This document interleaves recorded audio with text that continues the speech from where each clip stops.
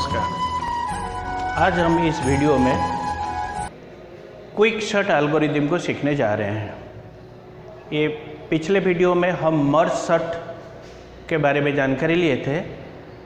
Quick shirt भी divide and कंकर नियम के आधार पर काम करता है, अर्थात इसमें भी आप एक एरे के तत्वों को क्रमानुसार जमाने के लिए दो भाग में बांटते हुए छोटे से छोटे इकाई तक लाते हैं। इसमें सभी संख्याओं में से एक साइड से कोई भी संख्या को हम एक धुरी मानेंगे, पाइवट मानेंगे, चाहे वो बाएं साइड से की संख्या या सबसे दाईं तरफ से की संख्या को हम एक धुरी मानते हैं। इन सभी संख्याओं में से धुरी की वह वास्तविक स्थान को पता लगाना होता है जहां क्रम में जमाने के बाद वह स्थापित होता है, यानी कि उसकी वास्तविक इसी जगह में रहना चाहिए। मान के चले 17 बाईं ओर की रखा गया है। यहाँ कुछ संख्या है 0 से 7 तक इंडेक्स पोजीशन, यानी कि कुल 8 संख्या को लिखा गया है। 17 का वास्तविक स्थिति कहाँ होना चाहिए? अगर 17 को मैं धुरी मानूंगा तो 17 किस जगह में होना चाहिए था, उस चीज़ को हम ढूंढते हैं। पहले हम इन्हीं संख्याओं को इस प्रकार के इधर उधर करते हैं जिससे कि 17 अपना वास्तविक स्थिति में आ जाता है। इसी क्रम में मान के चले मैं कहूँगा कि सबसे बड़ी संख्या यानी कि इस संख्या का इसको पाइवट यानी कि धुरी मानते हुए 10 का मैं निकालना चाहता हूँ कि वास्तविक स्थिति कहाँ होना चाहिए था। जब हमको 10 की एक वास्तविक स्थिति पता लग जाता है, मान के चले 10 की ये वास्तविक स्थिति है, तो जो शेष संख्या है इनमें से छोटी संख्याएं बाईं ओर स्थापित करते हैं और इससे भी बड़ी संख्याएं दाईं ओर स्थापित करेंगे, यानी कि उनकी जगह को अदला बदला करते हैं। हो सकता है जब मैं अगर उदाहरण के तौर पर मैं इसके बारे में विवेचना करूं तो यहाँ 7, 9, 8, 6 इस क्रम में होगा, नहीं जरूरी नहीं है। ये 6, 8, 9, 7 भी हो सकता है, ये 9, 8, 7, 6 भी हो सकता है, किसी भी क्रम में हो सकता है, ये जरूरी नहीं। अगर दो संख्या है जो एक ही समान संख्या, मान के चले इसी आरे के अंदर दूसरा एक तत्व है जो कि 10 ही है, तो इसके अंदर 10 किसी भी तरफ से आ सकता है, यानी कि बाईं ओर भी आ सकता है या दाईं ओर भी आ सकता है। यह डिपेंड करता है कि अपन शर्त के अंदर बराबर की चिन्ह कहाँ किस जगह में लगाया है। तो 10 अगर समान संख्या है वो किसी भी ओर आ सकता है। तो इस एरे का परिणाम में जब हम इस प्रकार इसको धुरी मानेंगे, 10 को धुरी मानते हैं, तो सारे संख्याएं इसी क्रम में जैसे बाकी संख्या रह गए 12, 17 और 19 ये दाहिने भाग में रहेंगे। 12, 17 और 19 ये दाहिने भाग में रहेंगे। इस प्रकार की जमाते हुए हम उस धुरी से छोटी संख्याओं को बाईं ओर स्थापित करेंगे और धुरी से जो बड़ी संख्या है वो दाईं ओर स्थापित होंगे। फिर हम क्या करते हैं ना, इसको दोबारा ये एक पार्टीशन बना दिया, यहाँ से यहाँ तक एक छोटी संख्या हो जाएगी, यहाँ से यहाँ तक सारे बड़ी संख्याएं स्थापित होते हैं। तो फिर से उसी सॉर्टिंग एल्गोरिदम को पुनः चालू करते हैं रिकर्सिव फंक्शन के द्वारा। अब की बार एरे के इन बाएं वाला भाग को देते हैं, फिर बाएं वाला भाग की छोटे छोटे टुकड़े करते हुए वह उसको भी 2 भाग में बांटता जाएगा। और जब उसका प्रत्येक तत्व धुरी के रूप में अपना वास्तविक स्थिति में आ जाते हैं तो ये एरे पूरी तरह से जम जाता है। तो इसको बाएं वाला भाग को भी अलग रिकर्सिव फंक्शन के द्वारा अब प्रत्येक को धुरी मानने का कार्य करेंगे। उसी प्रकार के दाएं वाले भाग को भी रिकर्सिवली हम पाइवट को प्रत्येक अवयव को पाइवट मानते रहेंगे और इसी क्रम में वो वास्तविक स्थान पर अपना आते रहेंगे। तो ये है उसकी मूल फंडा कि इसकी प्रत्येक तत्वों का वास्तविक स्थान को एक एक करके हमको निकालना है। इसके लिए हम उसको दो दो भाग में बांटते हैं। ये दो प्रकार के विधि से होते हैं। आज हम तो हमारा मूल उद्देश्य है कि इसको पार्टीशन करना। मैं एक एरे मान लेता हूँ, एक फंक्शन में बनाता हूँ क्विक शॉर्ट।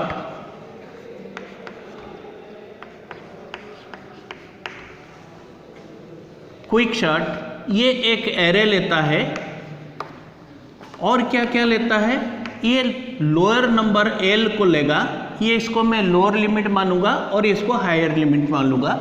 लोअर लिमिट 0 है जबकि हायर लिमिट मेरा 7 है। इस क्षेत्र में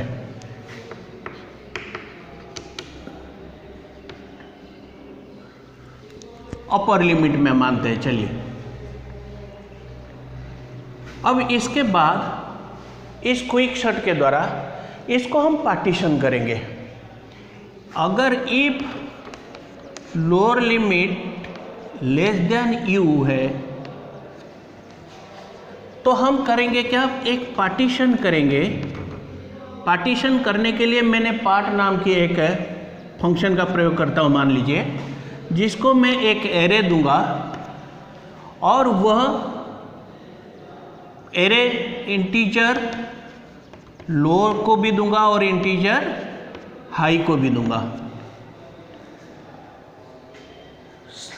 सबसे पहले जब मैं पार्टीशन करता हूं तो जब मैं इस पार्टीशन फंक्शन, ये पार्टीशन फंक्शन क्या करेगा, मुझे उसका एक प्रथम धुरी का स्थान बता देगा। तो जब धुरी मिल जाता है तो इसको मैं कहीं ना कहीं संचित करके रखूँगा। तो मान के चले मैंने इसको कह दिया पी या पोजीशन, कुछ भी कह दिया। अब मेरे को वास्तविक एरे कोई पाइवट की वास्तविक स्थिति पता चल गया। उसकी बाएं वाला भाग को क्विक शॉर्ट वही तरीके से वापस क्विक शॉर्ट कॉल करूँगा। अब की बार मैं एरे को दे रहा हूँ जिसके अंदर बाएं वाला भाग यानी कि इंटीजर लो से लेकर के, अब दाएं वाला भाग कहाँ होगा, मान के चले ये मेरा पोजीशन P निकल गया तो P -1। तो हायर लिमिट इस सब एरे का हायर लिमिट P -1 होगा, यानी कि इंटीजर जो भी मेरा पार्टीशन का पोजीशन मिला था उससे एक कम। दाएं वाले भाग को भी मैं करूंगा, यानी कि उसको भी क्विक शॉर्ट के द्वारा कॉल करते हुए अब की बार ये जो दाएं वाला भाग का लोअर लिमिट क्या होगा, अगर ये P है तो P + 1 और इंटीजर हाई यानी कि अपर लिमिट। जब ये कार्य पूरा कर लेता है, रिकर्सिवली करते हुए प्रत्येक को धुरी मान लिया जाएगा। इस पार्टीशन मेन है हमारा ये पार्टीशन। जब ये पार्टीशन कर लेते हैं यानी कि प्रत्येक की धुरी की पोजीशन हमको निकल जाता है तो हम सारे पूरी की पूरी सारे तत्व इसके अंदर जमे हुए रह जाते हैं। ध्यान रखिए, क्विक शॉर्ट एल्गोरिथम का उपयोग हम बड़े डाटा के लिए करते हैं क्योंकि ये सबसे शीघ्रता से काम करने वाला सॉर्टिंग एल्गोरिथम माना जाता है। इसकी time complexity n log n जो है वो डाटा जितना बड़ा होगा समय में ज़्यादा अंतर नहीं होता है, इसलिए बड़े डाटा के समूह के लिए हम क्विक शॉर्ट एल्गोरिथम का उपयोग में लेते हैं। अब हम इस क्विक शॉर्ट एल्गोरिथम के दूसरा विधि के बारे में विवेचना करते हैं। दूसरे तरीका, दोनों ही क्विक शॉर्ट एल्गोरिथम, परंतु इसमें तर्क थोड़ा सा सामान्य अंतर है, तो इसे भी समझ जाते हैं, आपको जो भी आसान लगे। अब इसमें हम क्या करेंगे, हम कहेंगे कि मान के चले मेरा आई जो है वह लोअर लिमिट से जाएगा। आई मेरा कहाँ स्टार्ट करेगा, लो पोजीशन से जो कि 0, और एक लूँगा जे जो कि मेरा अंतिम तत्व को दर्शाता है। आई के मान तब तक बढ़ाऊंगा क्योंकि छोटी संख्याएं सारे यहाँ रहेगा। आई के मान आगे तब तक बढ़ेगा जब तक वह संख्या उससे छोटी हो। जो वर्टेक्स, जिसको हमने वर्टेक्स माना, मान के चले हमने पिछले प्रोग्राम में भी सबसे बड़ी संख्या यानी कि इसको हमने वर्टेक्स माना था, ये मेरा वर्टेक्स पोजीशन है, इसके स्थान में निकालने जा रहा हूँ। तो इस प्रकार के मैं विवेचना करूँगा कि ये जब छोटी संख्या है ये उससे छोटा होगा तो आई बढ़ेगा, और ये अगर छोटा नहीं होगा तो आई वहीं रुक जाएगा, और ये जे जब उससे बड़ा संख्या होगा तब वो आगे पीछे की ओर जे घटते हुए आएगा जबकि आई बढ़ते हुए चलेगा। तो सबसे पहले मैं इस पार्टीशन प्रोग्राम में इंटीजर पार्टीशन या पार्ट में छोटा रूप में लिख दिया A array integer lower limit L integer upper limit U. अब इसके अंदर हम क्या करते हैं, सबसे पहले वेरिएबल मान लेते हैं, मान के चल इंटीजर आई जे, और एक पोजीशन के लिए मैं मान के चले वी, वर्टेक्स के लिए मैं पाइवट मान रखने के लिए मैं वी मान लेता हूँ। तो वी को, जो कि मेरा धुरी को रखने के लिए वेरिएबल है, पाइवट भी लिखा जा सकता है। इस प्रकार के मैं कहूँगा कि ए ऑफ यू, राइट। आई के अंदर मैं रख रहा हूँ आई बराबर लोअर लिमिट और जे बराबर अपर। तो मैं आई को लोअर लिमिट में रखा और जे को अपर लिमिट में रखा। मैं क्या करूँगा, if lower limit less than upper limit, यानी कि आई लेस देन जे, यूँ कहेंगे I less than J, local variable I less than J. तो इस क्षेत्र में हम क्या करते हैं, while A of I less than vertex का मान, then I plus plus, I का मान एक बढ़ा देंगे। While A of J more than equal to vertex J minus minus, J के मान अगर उससे बड़ी संख्या हो, बड़ी संख्या रहना चाहिए क्योंकि इस तरह के सारे बड़े संख्या रहना चाहिए, तो इसलिए जे को बड़ा है तो फिर आगे के आगे खिसकाते रहेंगे। जब ये दोनों लूप हो जाएंगे, अगर ये बढ़ते बढ़ते आई आगे नहीं बढ़ा है, यानी कि आई इस तरह का पोजीशन में आ जाए और जे उससे भी, इसका मतलब मैं शॉर्ट उसको स्वैप करने की ज़रूरत नहीं है, मैं वास्तविक मान मुझे मिल चुका है, इसलिए इसको मैं अदला बदला नहीं करूँगा। तो इसलिए इफ यहाँ एक कंडीशन देते हैं, अगर आई लेस देन जे, आई अभी जे, आई जे से कम है, तो स्वैप कर देंगे ए ऑफ आई को और ए ऑफ जे को। तो ए ऑफ आई और ए ऑफ जे को हम जगह के अदला बदला कर लेंगे ताकि छोटी संख्या बाईं ओर आ जाए और बड़ी संख्या दाईं ओर चला जाए। इनमें से जो भी बड़ी संख्या आएगा वो दाईं ओर चला जाएगा और जो भी छोटी संख्या आएगा वो बाईं ओर आ जाएगा, इसलिए इसका मान को अदला बदला कर देंगे। ये प्रक्रिया तब तक चलेगा जब तक आई का मान जे से छोटा हो। ठीक है, यहाँ तक कर लेते हैं कि इस क्षेत्र में क्या होता है, फिर हम रिटर्न कर जाएंगे जो आई के मान को मिड पोजीशन मानते हुए क्या होता है इस क्षेत्र में अगर हम विवेचना करेंगे। अब हम इशारे को आगे की ओर बढ़ाते हैं इस प्रकार के। अब मेरा शर्त क्या कह रहा है, क्या आई जे से छोटा है, आई के अंदर मेरा 0 है, जे के अंदर मेरा 7 है, क्या जे 0 7 से छोटा है? हाँ है। अब देख रहे हैं तब तक करते रहे जब तक कि a of i less than v। पहली बार के लिए a ऑफ i में क्या है 17 है, वर्टेक्स में क्या है 10 है।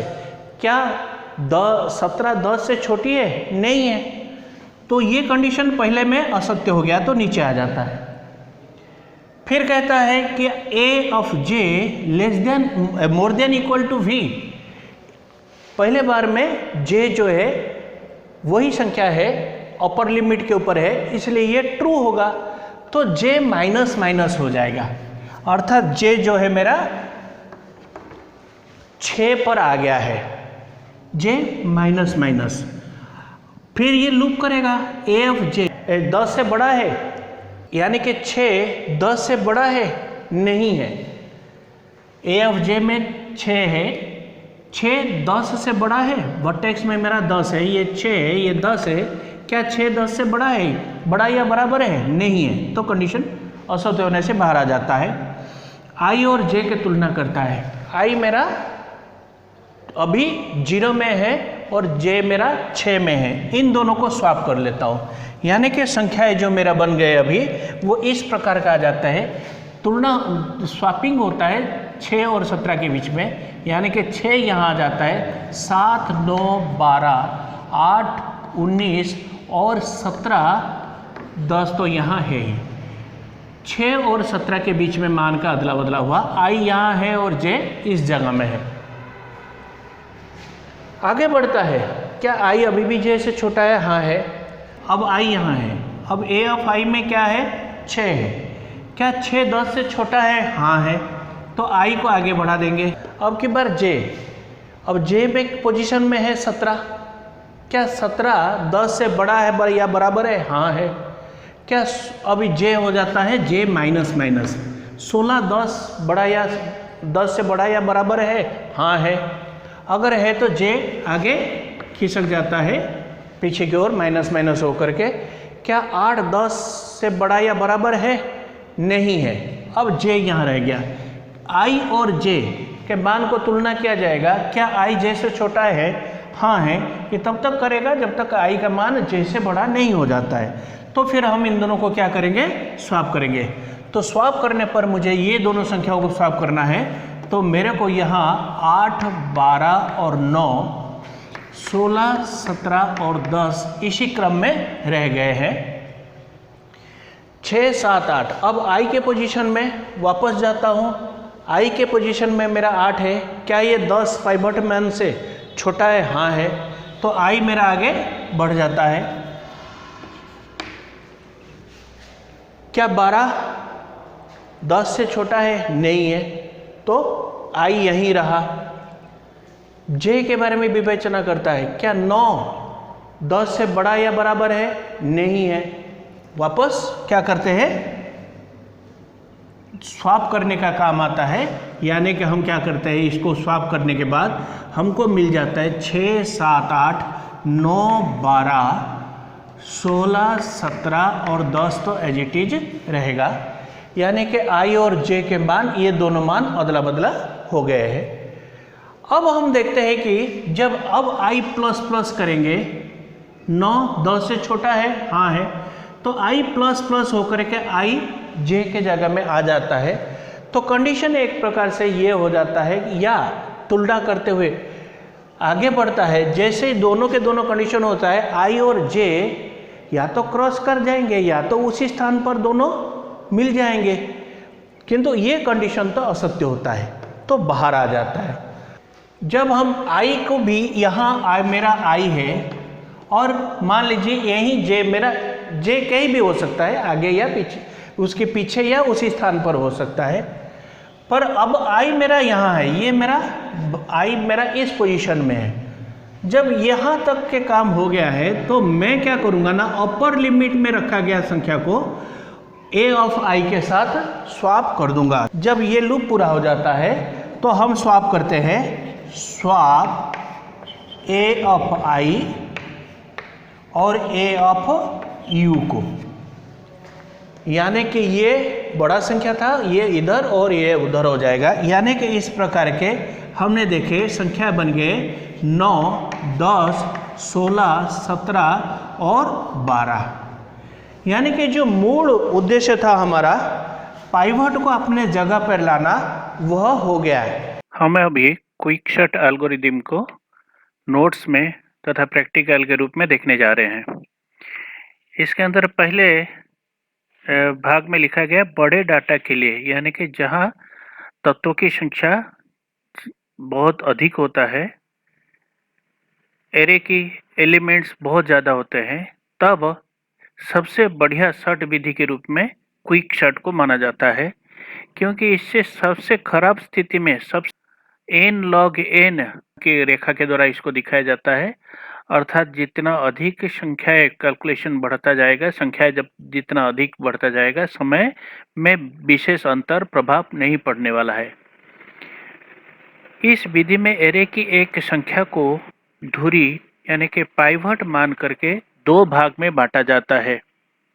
इस धुरी के बाईं ओर की सभी संख्या उस धुरी से कम होंगे और उसके दाहिने भाग में सभी संख्या उससे अधिक होंगे। इस प्रकार की एक निश्चित निर्धारित स्थान निकाल करके उसको स्थापित कर दिया जाता है।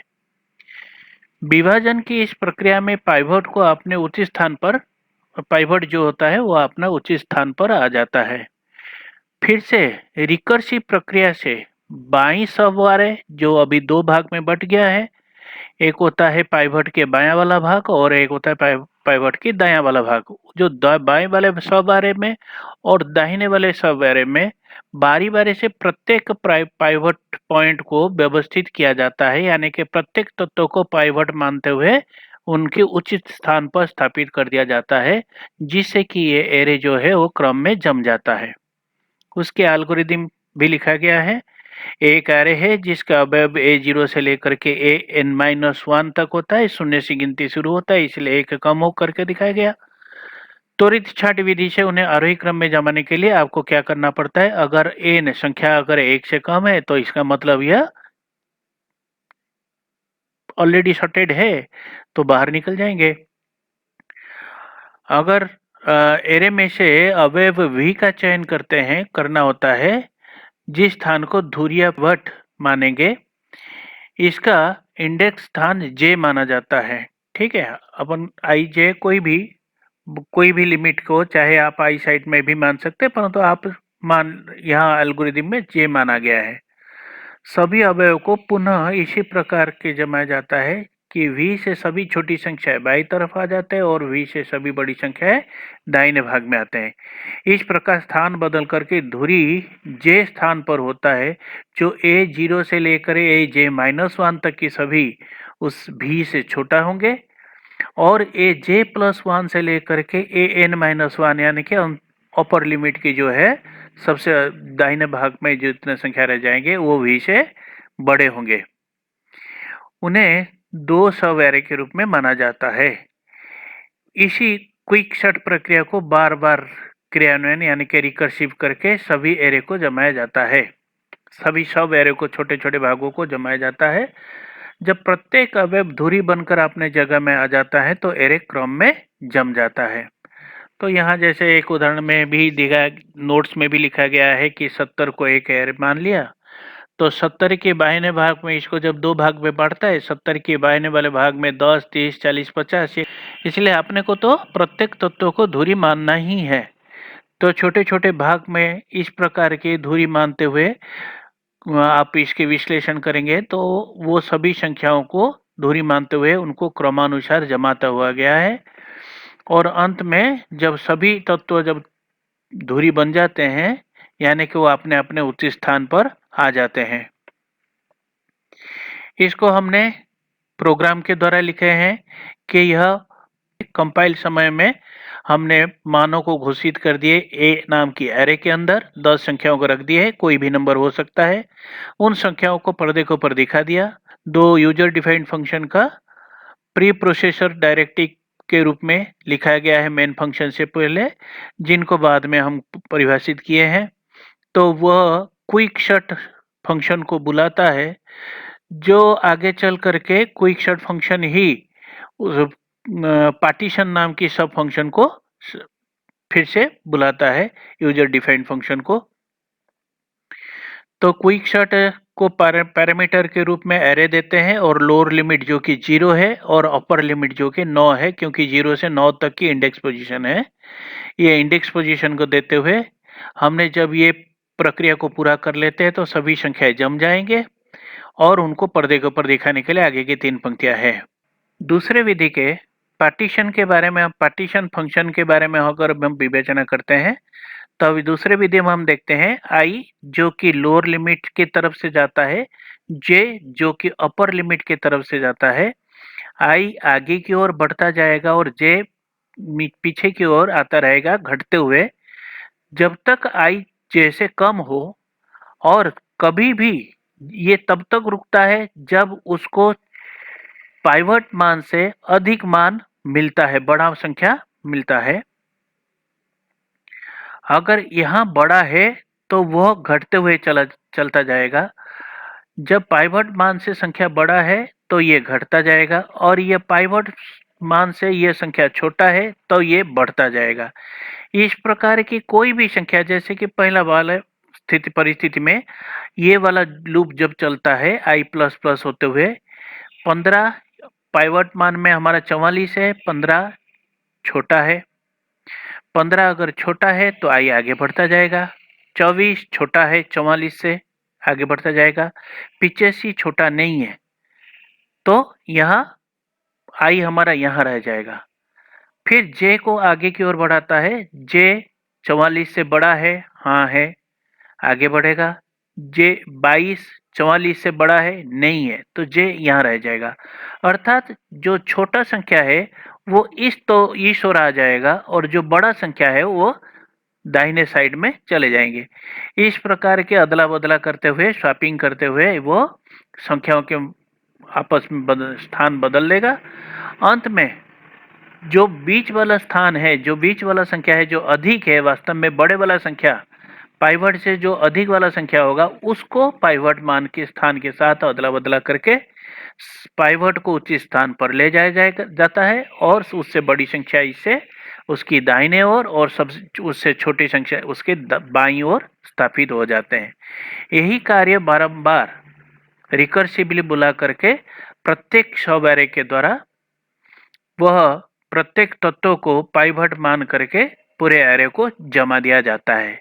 इस भाग को ही कॉपी पेस्ट करके हमने C++ में कॉपी किया गया है, पर इस रूप में भी हमने इसको क्विकशॉर्ट 2 नाम से प्रोग्राम को नामांकित किया है।